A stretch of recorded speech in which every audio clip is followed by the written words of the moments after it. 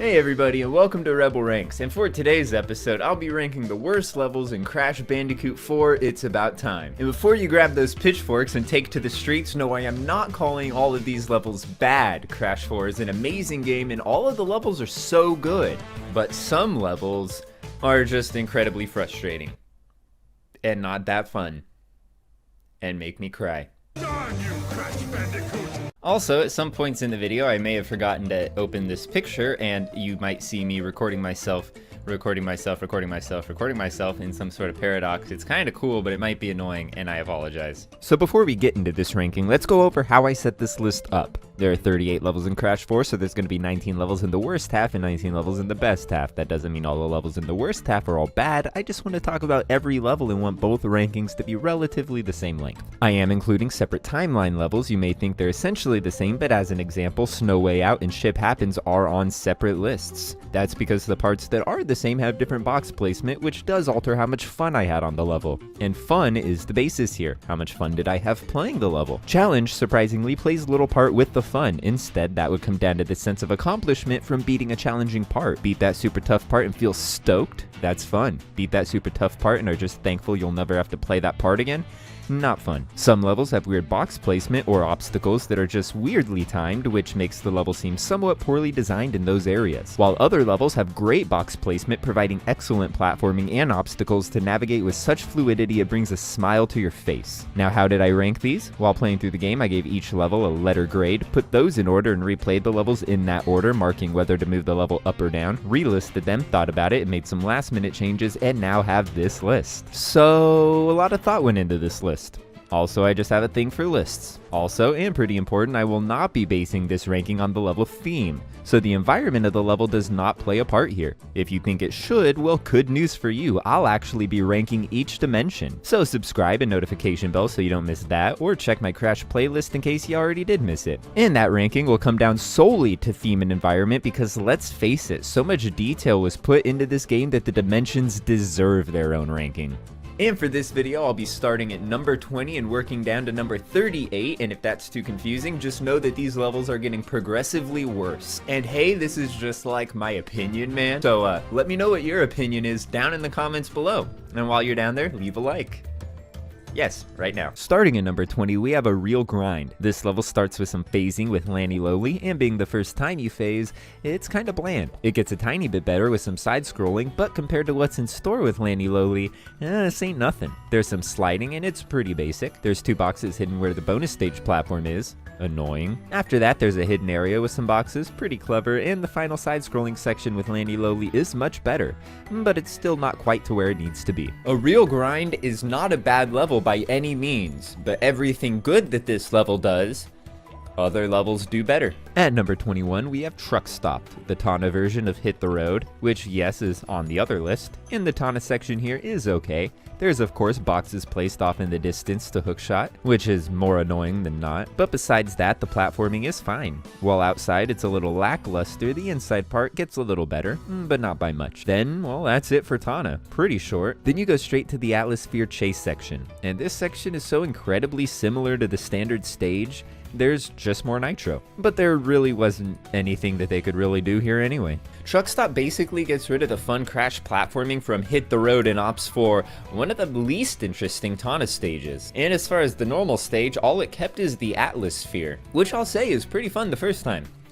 Less so the second time. Coming in at number 22, DINO Dash. And this first section would be fine, but wow do I hate these acid spitting fly traps. They're just so damn annoying. The sliding section is okay, quick and kind of uneventful. Then there's the first of 3 chase sections. I do like how these are blended throughout the level. There's a part with sludge bubbles, it's short and uninspiring. Then there's a lava part with moving platforms, and this part is actually pretty annoying. It just gets hard to time the platform you need to jump on while the lava bubbles are coming up. Weird jump they want. Then the last chase section, and it's great, except the dino can come up fast at the last jump and kill you with his jaw. Pretty lame. Yes, the first part of this stage is just not enjoyable, and all of the crash sections are actually just more fun in the original stage, making this level somewhat unnecessary. Number 23, Run It BAYOU. And the more I play this stage, the less I like it. It starts where there's 2 hidden boxes behind each step.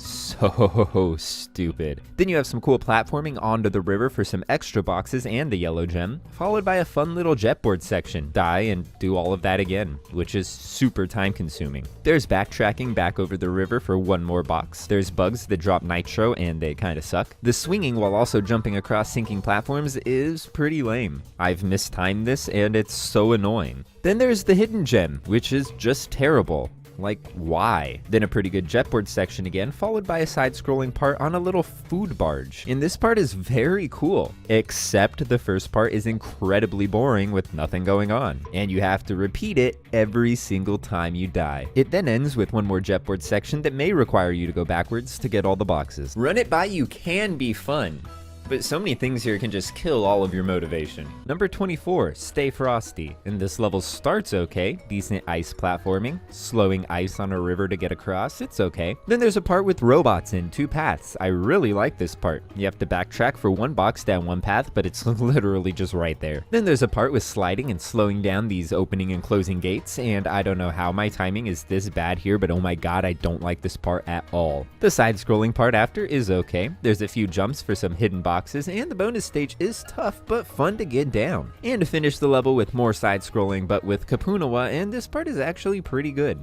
So the ending of Stay Frosty is great, and I really like the part with the robots. It's just too short of a level. And the rest of the level kind of annoys me. Number 25, Insanity Peak, the second level in the game, and after the first stage, this level is just so uninspiring. I mean, I understand this is a tutorial level still, but come on, Rude Awakening is so much better than this. The whole first part just blends together, it's all the same. There's this cool little thing with the red gem and a hieroglyph on the wall, the only reason this level isn't any lower actually. And ends with a chase section, and it's not bad, I guess. Even though I've been known to criticize chase sections, I like this one. If only there was something that resembled a level before it. Number 26, Rush Hour, and it's called that because even if you rush through this level, it's gonna take an hour. It's just so long. It starts with Dingo Dial, and this part is cool. The first checkpoint is far into the level, and with 1 box between a nitro and metal crate, you'll probably be repeating this first part. Once it took me over 10 minutes to beat the first part and get to the first checkpoint, and I only died 3 times. The second section is actually very fun. The third section with all the nitros should be fun, but it just gets kind of annoying after a while. Tana's part is okay, I guess, platforming to sliding and back. The sliding can get annoying with needing to perfectly time jumps and hook shots, but it's not bad once you nail the timing. I was able to break the boundary. Pretty neat. I was afraid I wasn't going to be able to die though. After that, there's this part with speeding cars, and oh my god, I hate it. If this game taught me anything, it's that there's bound to be 10 boxes off screen at any given time. I spent like 10 minutes here trying to find other boxes. I think there's just the one. And the second time it does it, it's even worse. You know, if I didn't think there were so many hidden boxes in the car parts, maybe this level might not have been so bad. Or maybe if they just split the level into 2 smaller levels. Oh my god, why is this level so long? Number 27, Fossil Fueled, Cortex's introductory level. And this is better than most of the Cortex stages, but that's probably because it's required, so it doesn't have the same amount of bullshit as the optional levels. The first part is fine, aiming is weird, but I kinda like this part. Then it's side-scrolling over lava, and this part is pretty fun. Not a huge fan of the lack of the double jump, but this isn't as bad as other Cortex levels. Then it's 3D again, just like the first part. Annoying vines, but it's not that bad. Then it's a side-scrolling around mushrooms, and this part is pretty fun too. You know, I mean, for a Cortex stage. Compared to the rest of the game though, I just don't like these parts at all. Yes, Fossil Field isn't a bad level, I just prefer everything else in this game to the Cortex sections. This is the highest the Cortex level is on the list. Number 28, my least favorite level, bears repeating. And boy do I wanna love this stage. I just wanna like it actually. I really do. And I do like most of it, I guess. The first part is good. You know, once you're inside, it gets even better. The song kicks in with Cortex's theme and it's just amazing. The yellow gem path is here. It's like the high road, except you can double jump. It's awesome nostalgia-wise, but it's a short gem path. And I actually did it no problem first try. Some side-scrolling, mixing the falling ice, Kapunawa, and the scale platforms. If you forget to stop the ice, it could kill you. It's okay. Bonus stage is okay also. Nothing too hard. Then, right? Polar. What a piece of shit, right? He controls like a wakeboard. It's so strange and hard to do. I don't know why. And this part isn't crazy hard or anything. However, I just now died trying to get the flashback tape on an icicle. If you're going for all the boxes, don't. the f even is this? So bad. And it's a shame because the rest of the level is just so good. Without the polar part, this would be a top tier level, especially with the song. And now we reach the top 10, bottom 10. First 10 Crash levels in Crash 4. And the 10th worst level is... At number 28 from the Salty Wharf, we have Thar He Blows, and Thar does this level blow. Now this is a half Dingodile level, and Dingodile's part is nice. No going back and forth for TNT. It's a little too short though. Then it's Crash's section, and this part is harder than the normal version, but it took a part that can give me trouble and kept me there for like 5 minutes. There are 2 new boxes in this area that you have to backtrack to, except I kept running into this octopus. It's so annoying. The bonus stage here is horrible. What even is this jump? After that is the super fun indoor part leading to the vault, except here it sucks so bad. There's fire crates on the moving platforms, and the timing of them will have you sitting there at the beginning for like 15 seconds waiting for a chance to jump and get the box. I just think the timing of the platforms and fire crates needs a bunch of work. And these bouncy crates at the end? Mean. Honestly, it's crazy to me that this level is in the bottom 10, where its counterpart, Booty Calls, is actually incredibly high up on the list. I'm honestly just super salty about the fire crates on the moving platforms. Number 30, from the Agapis dimension, Blast to the Past. The first part with the vines is... I don't like the vines. I hate waiting. Then a sliding part, and I don't like this one. Very weird depth perception. Weird to time the jumps and maneuvers. Side-scrolling lava part is sick, though. I seriously love this part. The bonus stage sucks pretty bad, though. Been stuck here so long because I can't jump fast enough to break this box. I don't know what it is. It's lame. The long part with the vines after, it's pretty good here. Vines aren't as bad as before. Less waiting required. Then another sliding part, and Jesus, not as bad as the first one because it's shorter, but how did they mess up sliding here and nowhere else? So while Blast to the Past does have that awesome part with the side-scrolling over the lava, there's just so much here that I just can't stand with the sliding and the bonus stage. I just don't enjoy this level. Coming in at number 31 from the Snacks dimension. Oh shit, another Cortex stage, imagine that. The Crate Escape. And this level can be difficult. The part with dropping platforms can be tough to get down. The side-scrolling part after is ruined by the giant press. How do you even time that? After that, it's a hallway with cars. Not bad, I guess. Then the part with the large wall with the trash cans, and this can suck pretty bad. Huge hitboxes for the trash cans to kill you. Honestly, it's more annoying than fun.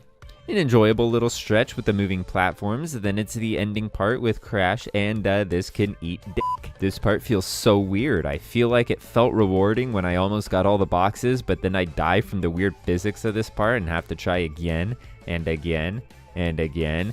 And once I did beat it, there was no rewarding feeling. And you know, that's a shame. Not all of the Cortex parts are terrible, and if it wasn't for that infuriating part at the end, this level might have avoided the bottom 10. Number 32 from the 11th dimension, Ship Happens, more Cortex. And the first part with the water is okay if you're not going for all the boxes, otherwise it sucks bad. The second part with the nitros just sucks regardless. I really don't enjoy this section, even when I beat it first try. Then it's Crash, and it's okay here. Freezing ice while side-scrolling. There's more boxes here, so it's a little tougher. The first river part is okay, not as fun as before. More boxes, so it's easier to die and have to start again. More freezing ice, and it's a little tougher. Got the part with the timer down, and it feels pretty good, but still, meh. Second river part is kind of brutal with the box placement. I guess I was getting antsy and kept dying just trying to go from box to box. It was fun, but kind of annoying. Overall, it's just too frustrating.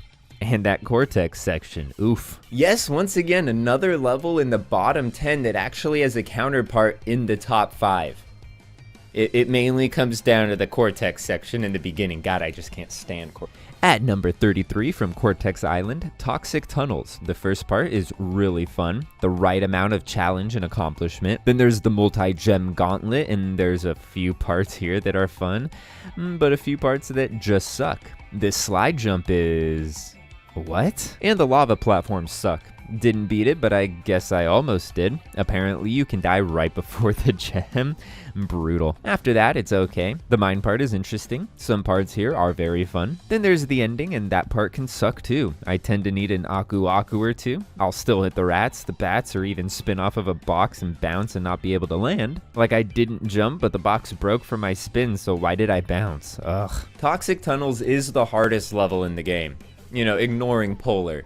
And that mainly comes down to the multicolored gem path. Maybe if there's a checkpoint or two, it would be a little less soul crushing. And it may be a good level, but oh my god, it's just not fun. And now we're on to the worst 5 levels in Crash 4. Or I guess my least favorite levels in Crash 4. But who would click on that title? And starting the very bottom 5 at number 34, Out to Launch. Lots of wall running, lots of gravity changing, lots of annoying parts, and annoying enemies. I do like the first side-scrolling part, but the wall running parts can just not respond to my controls. The bonus stage is okay, I guess. But the side-scrolling gravity part here is terrible. As if these ice guys weren't bad enough, they always get me no matter what. I need the game to give me a mask, and that is not a good thing. It's not a timer or gravity thing, neither matter based on where I am in the air. Somehow this part gets easier in the harder version of the level because an extra box helps you avoid getting shot. How does that make sense? Look, I don't enjoy Out to Launch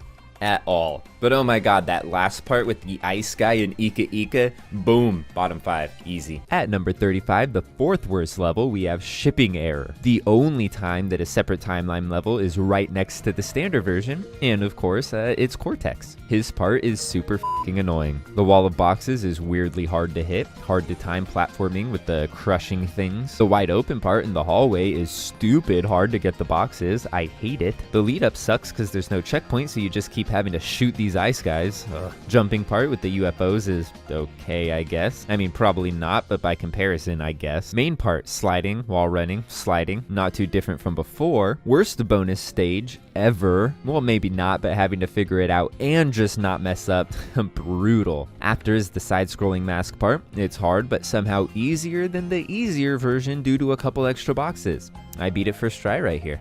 Overall, terrible checkpoint locations. This game keeps forcing you to repeat hard parts that you keep barely beating over and over. And while the ending is actually kind of fun when possible, it's just completely ruined by the Cortex section. Number 36, the 3rd worst level, Building Bridges. Half Tana, it actually starts okay. Then there's these electric scale platforms and wall jumping platforms, and they suck. This part sucks, what the fuck. I literally have to die repeatedly and be given an Aku Aku or two to do this part. I don't know what the f is wrong with it. I actually beat it while only dying twice, and it was honestly straight pure luck. Then the main part starts with the bonus stage, and it's pretty hard. I don't care for it, but it isn't impossible. Then it's the polar section, and this is impossible. He controls so bad. Said it before, say it again.